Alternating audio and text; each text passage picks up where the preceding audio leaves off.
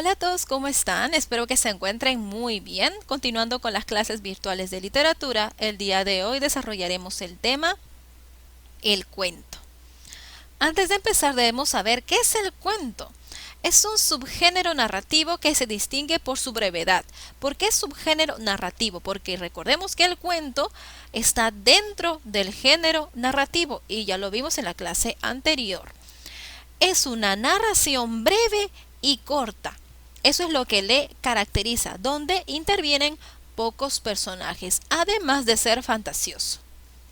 Siguiente. Elementos del cuento. A ver, ¿cuáles son los elementos que conforman el cuento?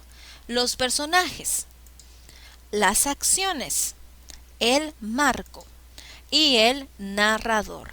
Vamos a analizar cada uno porque estos elementos no son los mismos que hemos visto en el género narrativo. Bueno, sí son los mismos, pero hay ciertos detalles que cambian en el cuento. Empecemos por los personajes. Bien, los personajes suelen ser pocos. Además, son la encarnación de una virtud o de un vicio. Tenemos a el valiente, el malvado, el envidioso, la pobrecita, la buena, la malvada. Entonces, siempre en el cuento los personajes tienen un estereotipo. O sea, eres bueno, eres malo, eres valiente, eres envidioso. Empieza la historia siendo valiente y terminas la historia siendo valiente. Empiezas la historia siendo malvado y terminas la historia siendo malvado. Empiezas la historia siendo buena y terminas la historia siendo buena. No hay un cambio en el transcurso del cuento. Eso no se suele dar. Mantienen su virtud o su vicio y lo representan para el desarrollo del cuento. Ejemplo, a ver, ¿qué puedo decir aquí? La Cenicienta. La Cenicienta, la protagonista, es una mujer buena y sumisa y así se mantiene hasta el final. No cambia. Las hermanastras son malvadas y así se mantiene desde el inicio del cuento hasta el final. No cambian y no salen de su papel en el cuento. Bien, espero que se haya entendido y pasemos al siguiente elemento. Las acciones. Recordemos que las acciones es lo que hace cada personaje para desarrollar la historia. Se estructuran según el esquema característico del relato. Tiene un inicio, tiene un nudo y tiene un desenlace. Todo cuento tiene un inicio, un nudo y un desenlace y suelen ser cortas esas acciones. Bien, siguiente elemento, el narrador. El narrador es quien cuenta las acciones en primera o tercera persona, aunque en la mayoría de los cuentos el narrador siempre narra en tercera persona. Es un narrador omnisciente. En la mayoría de cuentos el narrador no participa en el cuento, no participa en la historia, solo lo relata y lo cuenta. Siguiente elemento, el marco. Cuando digo marco, se refiere al tiempo y al lugar. El marco engloba el tiempo y el lugar. Ya sabemos que el lugar es el espacio donde se desarrolla las acciones, donde se desarrolla el cuento, en un bosque, en un castillo, en un lago, debajo del mar, etc. Y el tiempo es el momento en el cual se desarrollan las acciones. Ahora, el tiempo se puede dividir en dos. Veamos esto y prestemos mucha atención. Analepsis. ¿Qué es la analepsis, profesora? ¿Qué término más extraño? Relájate a ver. Analepsis. Cuando se recurre al flashback. What, Miss Analepsis flashback? Oh, me acaba de dar algo. A ver. Cuando se recurre al flashback, es decir, cuando se retrocede a un momento anterior. Básicamente, cuando un personaje recuerda algo, se produce la analepsis, el famoso flashback. Cuando el personaje recuerda y se muestra parte del pasado, eso es analepsis. A ello se le llama el flashback.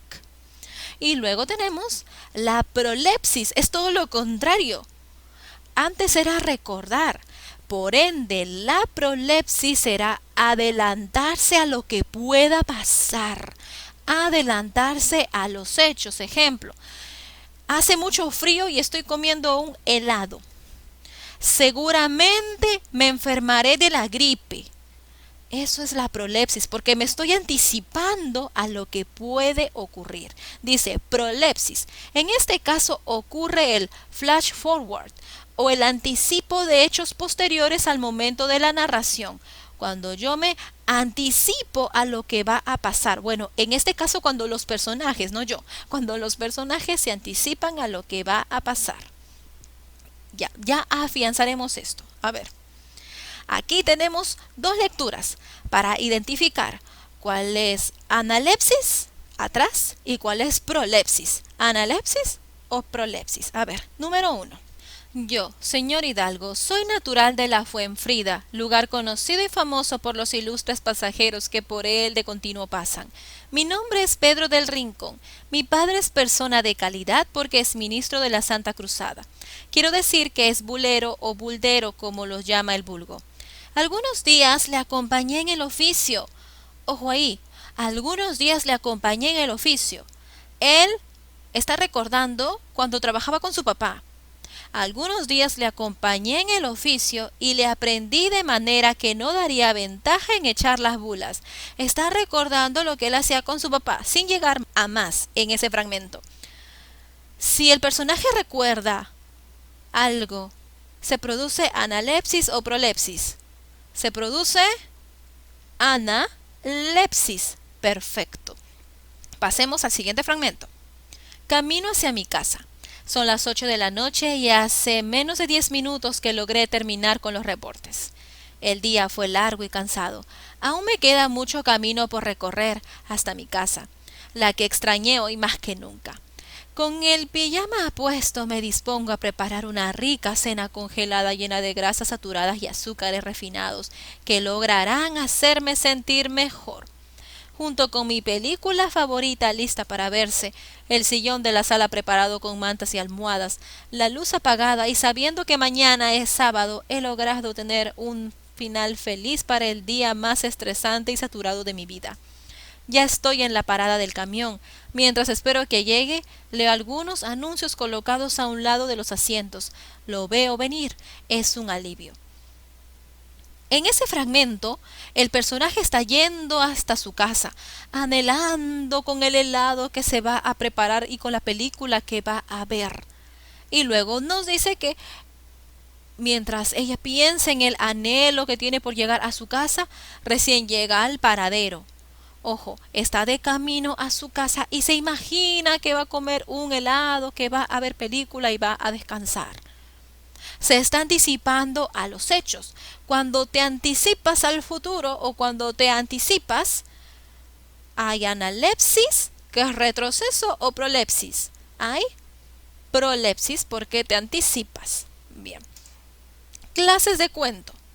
Dos tipos de cuento. Los cuentos tradicionales son sencillos, concisos y anónimos. Se transmitían oralmente, no por escrito.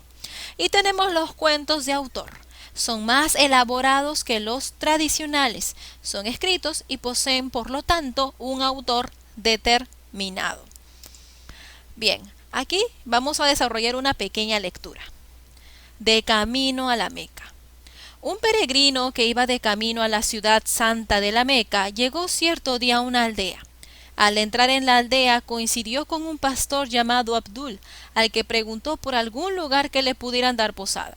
Y como ya se sabe que los buenos musulmanes sienten debilidad por los hombres santos que peregrinan a la Meca, el pastor le ofreció su casa como albergue.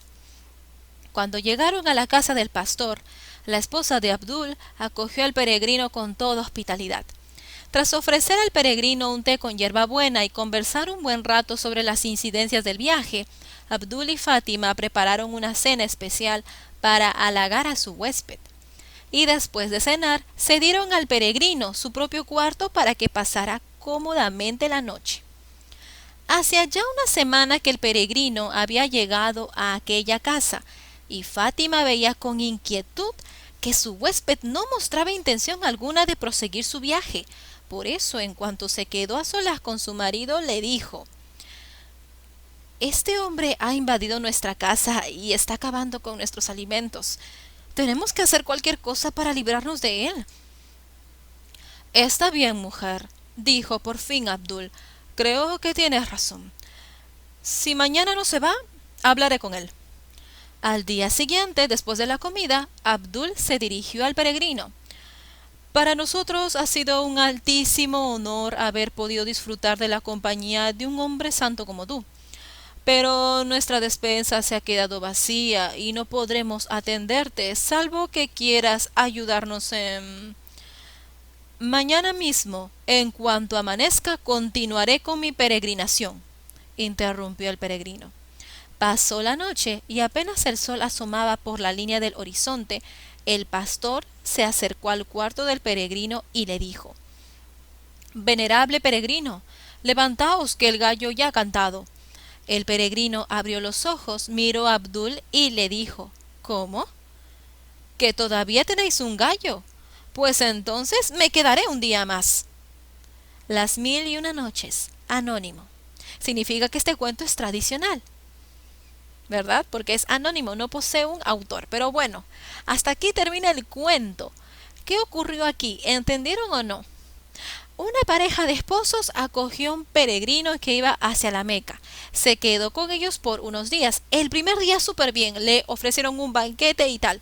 Pasó una semana y ellos ya querían que se vayan. O sea, ya, ¿a qué hora se va a ir? ¿A qué hora se va? Porque se nos acaban los suministros.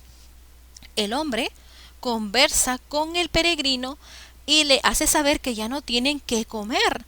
Entonces él dice: bueno, está bien, yo el día de mañana me retiraré. Abdul se acerca al peregrino diciéndole que se levante, que ya cantó el gallo y que puede retirarse. El peregrino, cuando abre los ojos, le pregunta: ¿cómo? ¿Todavía tienen ustedes un gallo? Ah, me quedo un día más.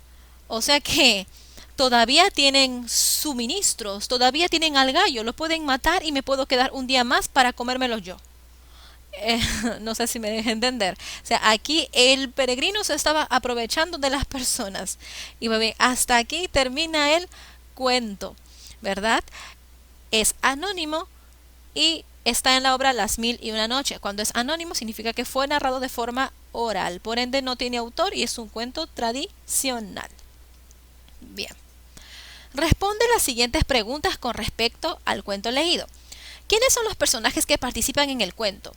Abdul, su esposa Fátima, creo. Espérate, estoy mal, estoy mal, estoy mal.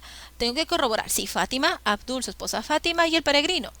¿Qué hace el pastor cuando encuentra al peregrino? Lo invita a quedarse en su casa porque era, ¿no?, un peregrino que iba hacia la Meca y le tenía mucho respeto. ¿Qué ocurre tras la llegada del peregrino a la casa de Abdul y Fátima? Bueno, lo reciben con un buen banquete. ¿Qué hace el peregrino a medida que pasa el tiempo? Él se queda.